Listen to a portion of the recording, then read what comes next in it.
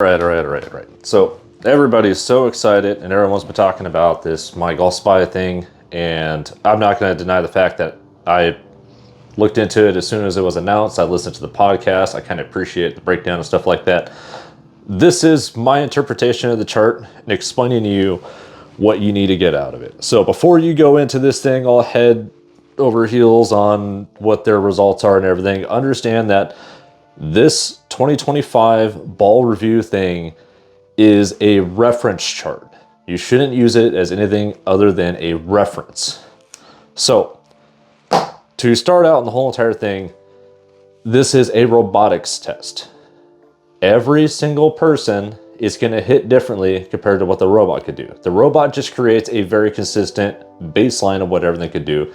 It's been calibrated to the Pro V1 so they could actually get a proper reading out of a consistency of a ball. The reason they use a Pro V1 is, in all actuality, the ball really hasn't changed much since the ball had initially come out. Yes, the X has replaced what the Pro V1 does, and you know they went like this, but that's a topic for another discussion. What I'm here to go and explain to you about the Mygolfspy test, the same thing as the Golf Digest test and everything else, which theirs is usually just we're going to put a gold star on everything. You know, here's for being a name brand tour ball and stuff, and sometimes they have honorable mentions, whether it be a silver list or it's actually, you know, a pretty high performing direct to consumer ball or something. So there's a couple things that I have to explain about their test, and I don't want to or like naming other channels specifically in this. I'm going to address My Golf Ball Addict on them saying, you know, for the highest speed or fastest speeds being 116, and then the average speed being 102, as well as the low speed being 86. This is not just your standard average player, and there is a very broad spectrum of people that are coming up, especially in this day and age. I'm seeing a lot of youth hitting higher than 115 mile an hour swing speeds, and there's a lot of people in the youth category, and by youth I mean anywhere between 13 up into almost 30 that are driving the ball over 300 yards. So there are people that are exceeding 315 miles an hour a little bit more commonly than it used to be, but the issue I have is the 102 for your average speed. And it's not a bad category to put it at, because again, they're trying to do 3 areas to it. I think they should have done about 95 or 98, but you know, 86 being the lowest swing speed that they tested versus 116 and stuff. Okay, I could kind of understand it. So anyways, 102 is kind of fast for the average swing speed. There's a lot of people that I feel sit in the 90, 95 category. Who knows, maybe between Shot Tracer or whatever, or Shot Tracker, I'm drawing a blank on the name at the moment, but maybe all of these have actually kind of said otherwise, that, you know, 102 is closer to the average. But however they got these numbers, right? My point of it is 116 being the fastest isn't a bad margin for it, because it's a pretty good average for a faster, higher tier swing speed. Even mine being at about 110 is up there, and that's hitting pretty good. So they had addressed a couple things as it went on from their 2023 test to now that I'd like to point out, and this is from listening to their podcast, even though they irritate the hell out of me. I love anything that's golf related. I love the tech and equipment side of golf, and I like to find out as much as I possibly can. So using, you know, the like 3 name brand reputable sources that we have, even though they're really biased leaning and pretty opinionated, unfortunately it's a source of information. Now again, with this test, I want you to understand that they calibrated these to specific benchmarks: a ideal launch condition, an ideal swing speed, and ideal impact, and everything else. They also, it sounds like they had it set up in a climate control setting and stuff, where they try to keep a static line for temperature as well as humidity and everything else. Try to keep it very consistent, which I could appreciate, because when you're trying to do a robotic test, you want everything to be as static, neutral, and baseline as you possibly can to get the most accurate readings. Now, let's touch on some of the things really quick. Actually, before we get into that, I am not going to touch on the irons. I'm going to explain it a little bit and why it's important, because it actually does touch on something I have brought up in at least 1 or 2 of my videos, but I'm not going to really touch on the distance and or the spin factor to it, because the spin that they had set up is like 6,500 RPMs. And if you're starting to get lower in the swing speeds and stuff like that, that is a very detrimental thing, especially for an 86-mile-an-hour swing speed, because you're going to start getting a lot of height and ballooning out of it, because you're not getting the speed and velocity to get the initial oomph and push for it to actually get out and get distance. So I'm going to touch on why the distance side for irons makes sense, but let's chop that and ignore that for now. So they put into effect of consideration of like air resistance, velocity, and a couple other little things that are in it that they kind of haven't really been able to focus on. But when it comes to the robotics testing, it is inaccurate for an average player, or even say a tour player or something, because everybody's going to hit the ball differently. And the way that you swing, the way that you impact, the way that you follow through, all of this stuff, your descent angle on it, the launch, you know, all of it, it all adds up to your shot. There's a lot of things in motion to make what happens. And robotics only do so much. So this is going to give you an idea of the potential of what these balls could do. And that's just it, the potential. You know, what could be good for John is not the best ball for Dan, whereas the two of them have a pretty, you know, black and white setting. Now you go move into gray, where you got Jerry over here, where, you know, this ball's going to be more ideal for them. And what I'm trying to explain with that is, so going off their chart for the longest distances, say the Callaway Triple Diamond is going to be the best ball for John. Dan's going to be more favored in, say, the Max Fly Tour X, while as Jerry's going to be playing the Pro V1 Left Dash. It's going to be optimized to what you do when you actually get fitted for hitting a ball, which I know it's next to impossible, especially in small communities like I'm in. But it's the potential in optimized conditions, right? And it's just literally a reference point to give you something, an idea of, you might want to look into a little bit different sides of it, of what's going to give you peak height, which is going to give you a better descent angle and better control. You know, the Callaway ERC Soft is, or Core, or wherever it is not going to be an amazing ball for somebody like me, but at the same exact time, Keeks Golf is fitted for said ball, because it's going to work optimally for her. And, you know, if you're going to go off a gender on that one, or a capability, or whatever, apples to oranges, I'm going to disagree with that, because golf is not something that's necessarily gender specific. It should never be gender specific. You shouldn't look at, this person has, I don't want to use the terms that get flagged on YouTube. Because you're biologically a female, it doesn't mean that you're already necessarily in ladies flex shafts. You need to play the softest ball and the one that says lady on it. You also don't need the most forgiving clubs and everything else. There's a lot of women that I have played golf with that are playing neck and neck the same equipment that I am.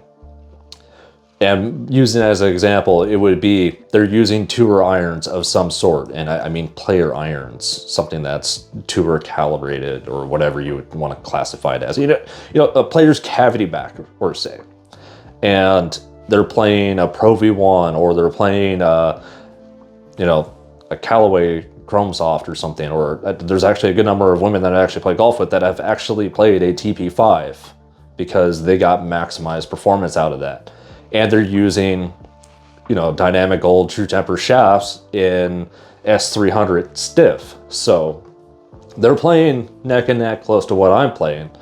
And that's just, you know, take gender out of this whole entire thing. Your capability, your skill, and your speed should be some of the deciding factors on what you're getting your equipment in, not necessarily because of what's in your pants.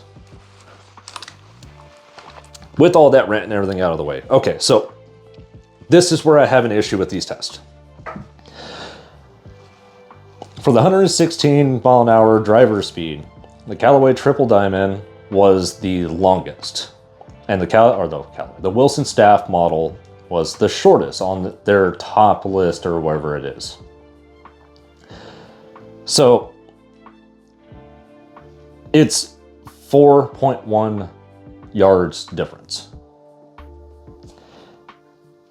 At 328.1, the Callaway Triple Diamond was the longest driver ball on their chart, and the staff model was 322.2 yards. That is literally 4.1 yard difference. Negligible. Yeah, you might get a weird bounce. It might be literally the little bit of yardage that you need to get over the next thing and stuff, but it's not that big of a difference when it comes to it. Yes, when you go and factor in from, say, one of the softest, cheaper balls or whatever to one of the harder, firmer, top tier ones, which, by the way, the Callaway Triple Diamond is not the hardest ball on this list. It's not the fastest ball on this list. I'm just giving you the most amount of yardage based on their optimized settings for their robot, which I'm not even going to touch on the smash factor or the ball speed or any of that stuff, because when you go to their site and you go to this page yourself, I'm going to have them up on the screen so you can see what I'm talking about. They're kind of irrelevant, because this is coming into the conditions of how you're playing, where you're playing, the environment itself, what's the temperature like, your altitude, the elevation, because, you know, playing in Colorado, you're going to get a lot more height difference and distance in general than you would be where I'm at sea level. So take it with a grain of salt and everything that you're seeing with that it doesn't really matter on the smash factor and stuff. Yes, the smash factor is supposed to be the optimization that they're getting, but I've always disagreed with the fact that they're trying to read it because, oh, you're trying to get the maximization that you can out of the ball and stuff, and the smash factor rating is going to be 164.8 or whatever on, you know, this Z-Star XB, whereas you're getting 143 on, say, a Pro V1, but you're getting better performance out of the Pro V1. So does the smash factor really matter on that one, as well as the ball speed? If you're getting better distance and better performance out of it, does it really matter? And looking at the driver speeds and stuff on its own shouldn't matter to begin with, because driver distance and driver speed and everything else should be the last thing that you're looking at regardless. You want everything that's going to start from your short game into the green all the way up to the tee box. Tee box should be the last thing that you ever look at when you're trying to fit yourself for a ball or decide on a ball that you're actually going to play. From green, around the green, to your approach shots in, to your longer shots in, which would be your second shots on par fives or something, trying to get into the green at two and stuff. Those are the ones that matter more than what you're doing off the tee. The lower spin and stuff like that is going to become more king off the tee, because whatever you can keep in play is going to trump the rest of it.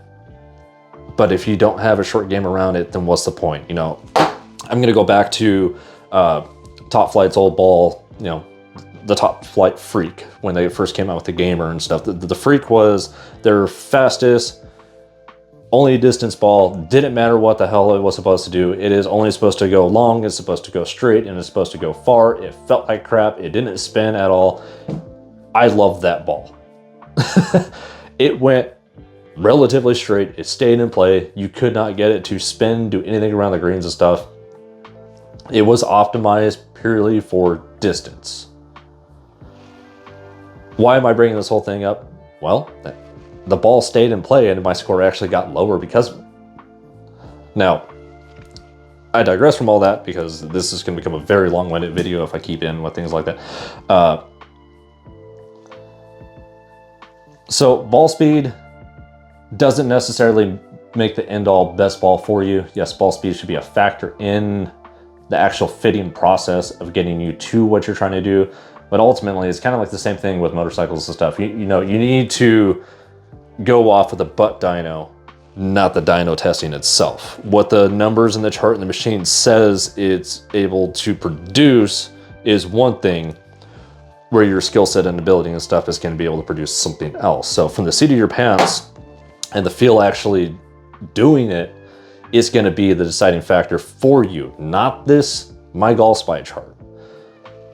So with that being said, for the 116 category, it is again 4.1 yards difference. That's not even a full club length difference on any of it. So you need to find what's going to be the better feeling for you, what looks good, sounds good, whatever.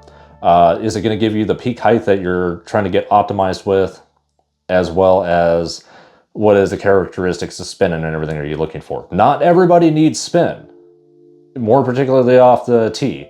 And I'm going to be a pretty fair person on that one. I love having a high spin ball because I could do some pretty, trick shots and perform magic on the course. But it doesn't mean shit when I'm sitting there shanking it off of the tee out of bounds or something because my driver's getting too much spin out of it. So now let's go into the 102. So this is their mid-speed. The Mygolfspy Tour X had 289.4 yards, and the Bridgestone Tour BRX had 286.1. So 3.3 yards difference. That's really nothing. I'm not even going to talk on what balls they are for 86. It's literally a 2.2 yards difference. Now, why am I bringing that up? If you're so dead set focused on, I need to eke out every tiny little bit of distance out of it and everything, it doesn't matter. It doesn't even matter if you're a scratch handicapper, because unless you're at that refined peak performance level that you're playing competitively for money, Korn Ferry, Epson, PGA, LPGA, DP, whatever it is, unless you're on that elite level, 2 to 4 yards doesn't mean shit. We are so inconsistent. Even scratch handicappers are so inconsistent that those few yards really aren't going to make a difference at all. You lose more yardage than that just on inconsistency from hitting a 1/4 inch towards the toe or the heel of whatever club you're hitting. There's a reason oversized clubs having more space from heel to toe widens that sweet spot, and it's supposed to help mitigate the distance loss on off hits. That's forgiveness.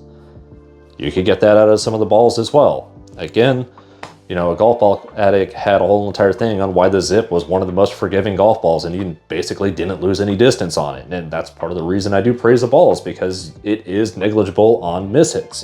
You really don't notice a whole lot. So ignore all the driver distances. It is interesting to see the potential for maximized and ideals conditions and stuff. You're not going to see the best amount of performance if the ball isn't actually optimized for you. And this is, again, going to the initial launch, the peak height, the amount of spin that's actually going to give the rise. Is it going to be a ball that's even going to be affected that much by the wind resistance and stuff? Say srixon, being one of the more top balls and seeing all the stuff on this chart, proves to me that the Z-Star XB and the Z-Star Diamond are more or less the best do-all ball on this list for almost everybody.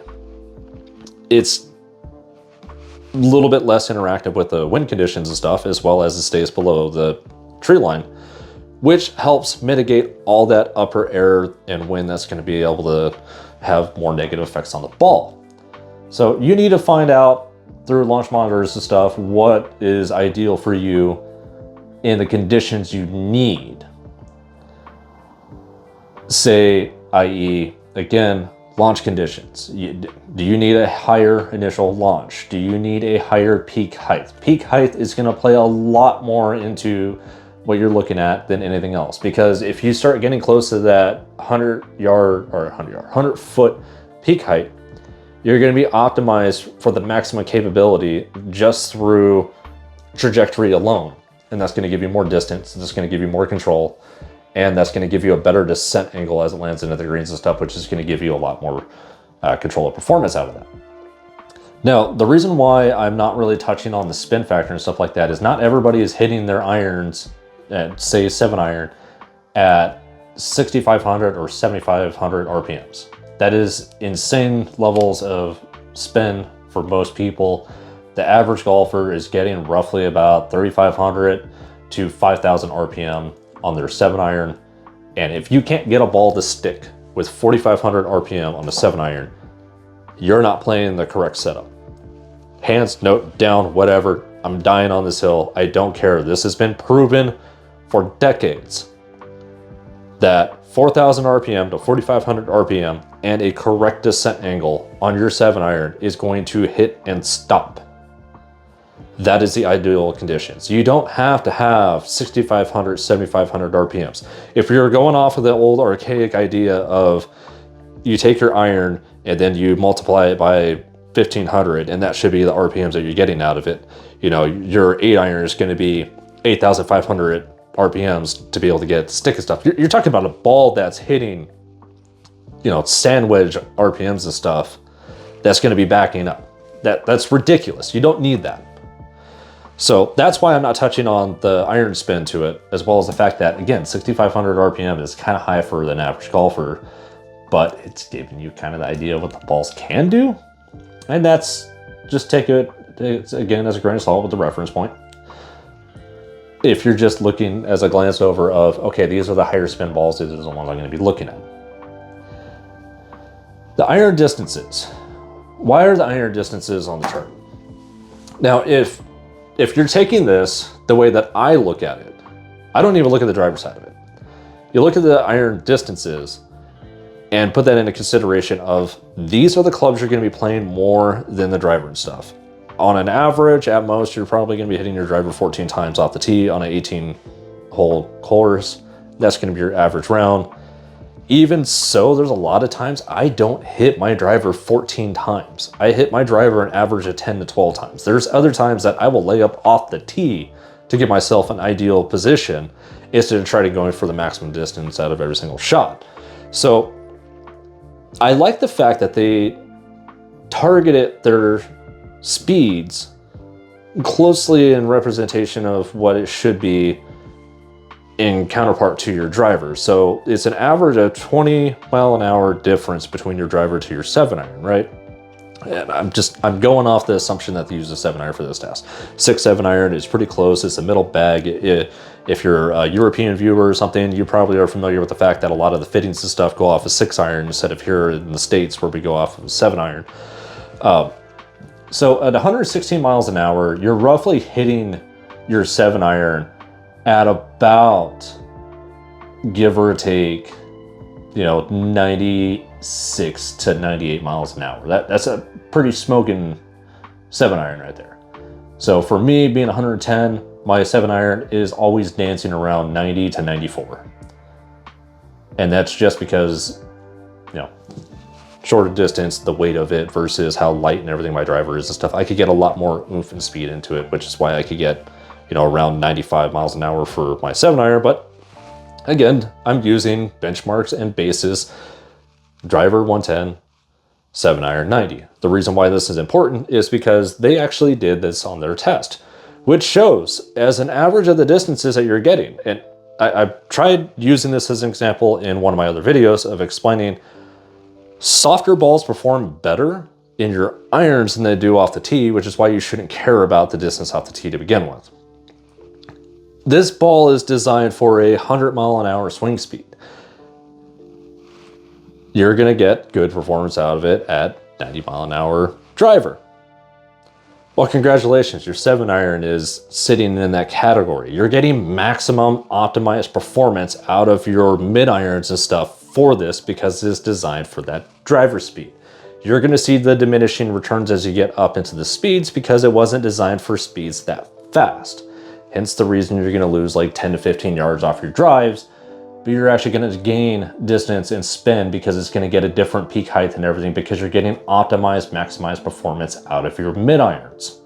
That's why I like looking at the iron section. I'm not going to dig into it deep in this. I'm going to put the chart up on the screen so you can see what I'm talking about. It's interesting because like the tailor-made to a response is one of the best performance out of that and stuff. I'm not going to say that I'm going to run out and do pure gameplay and testing on the to a response. That ball is way too expensive for what it is, but it's just, it should open your eyes to the category of there's different things that you're going to get maximized performance out of if you don't just keep looking at the top end of it. You're driving a Ferrari on the street. Are you going to be able to go and put this thing pedal to the metal every single day and stuff? No, you're going to get shit performance on the streets and stuff like that because you're driving a supercar that's meant for high speeds. So if you're driving the Ferrari the entire time, whereas, you know, dude next to you is driving the Civic that's designed for city traffic and stuff, they're getting better performance in it than you. It's the same idea of sometimes these cheaper middle tier golf balls and stuff are going to get better performance because you're seeing it more in the middle of your clubs than you are at the upper end of the bag. Yes, everybody likes to hit the ball far. Everybody likes the biggest, strongest, fastest hitting things and stuff. But in all reality, if you have no short game and you have no mid game, it doesn't matter. So with all this being said, take a look into the iron section, kind of get an idea off of the distances. Again, this is the potential for their optimized conditions of what these could achieve. Put that into mind and consideration. Take about 3 balls out of each of them, put them into a list, and kind of make a little taper down to what aligns to what you're looking at trying to achieve. Then you could buy a sleeve of a couple of them and take them out and try it. And that's going to be the way that you can fit yourself to all of it. Now, another thing that I did touch on, but I want to explain again, is not many of the fastballs are on the top. So the Callaway Triple Diamond, I didn't really see being that fast as a lot of them actually were. You know, the Z-Star Diamond actually was pretty fast. And that's a little bit lower on the distance chart and stuff. That's just a good example. That's why it's just like, it's kind of dumb to go on the whole, oh, these are fast, so we need these because these are going to be long. Yeah, it's fast. It has potential for distance, but it's not going to be optimized to give you the advanced trajectory. Spin of the ball. I completely disagree and hate the fact that they put spin on this chart in general. Yes, this gives you an idea of, in their conditions, what is able to potentially be optimized for. Again, one of them showed the Z-Star Diamond being the top of the spin, and I think it was, again, the Callaway DRC was like 2,600 RPM or something. I think it was even worse than that. I think it went from like 9,400 to 5,200.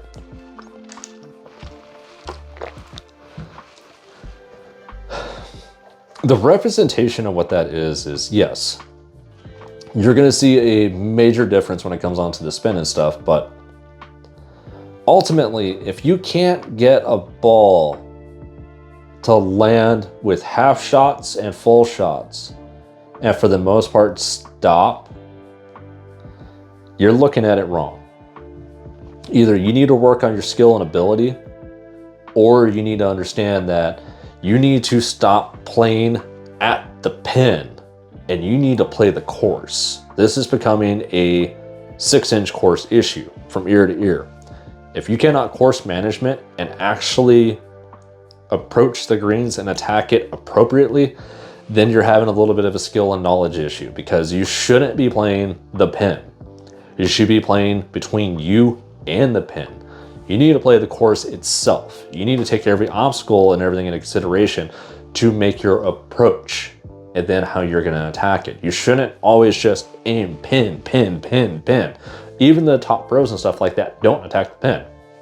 Yes, their caddies are able to go in advance to be able to go and walk the course, check the undulations, greens, and everything else to go and be like, hey, if you go and nail it in this 3-foot spot over here on the left top end of the green, you're going to have it come trickle all the way back down to the bottom front. I'm not talking about that skill level. That is ridiculous, and not everybody has the ability to go out there and look at it the same way that a tour caddy actually is able to.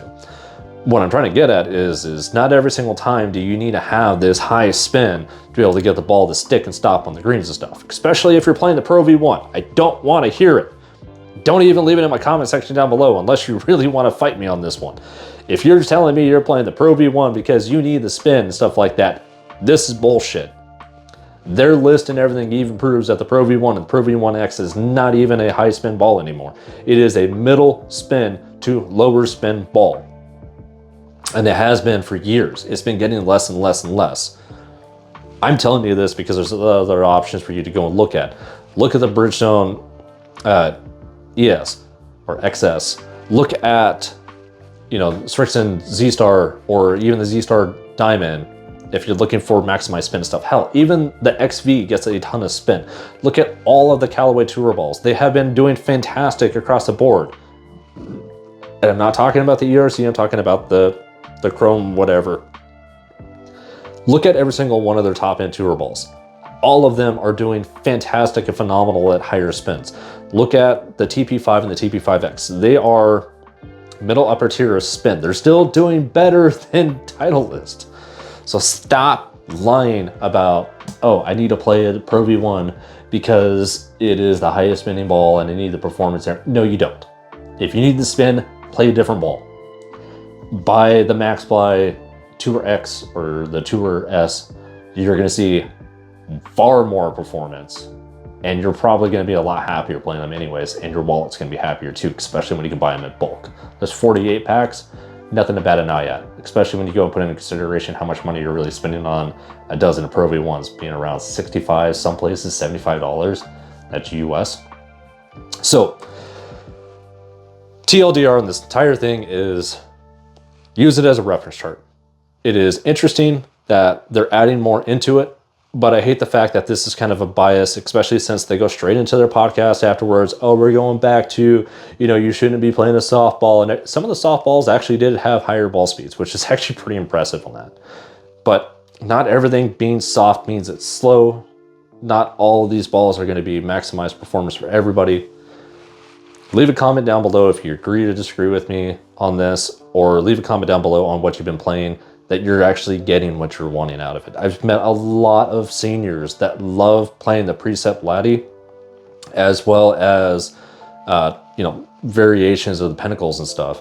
Even back when I used to play at one of the courses that I used to work at, you know, 15 years ago, I played the Wilson Staff C25 as well as the Zip and got a few other people to play them. And man, it became just basically people throwing darts because of the performance of these balls. And they were playing Pro V1s and stuff. I was just nice. I got a, I'm not going to deny the fact that I actually won a little drawing thing.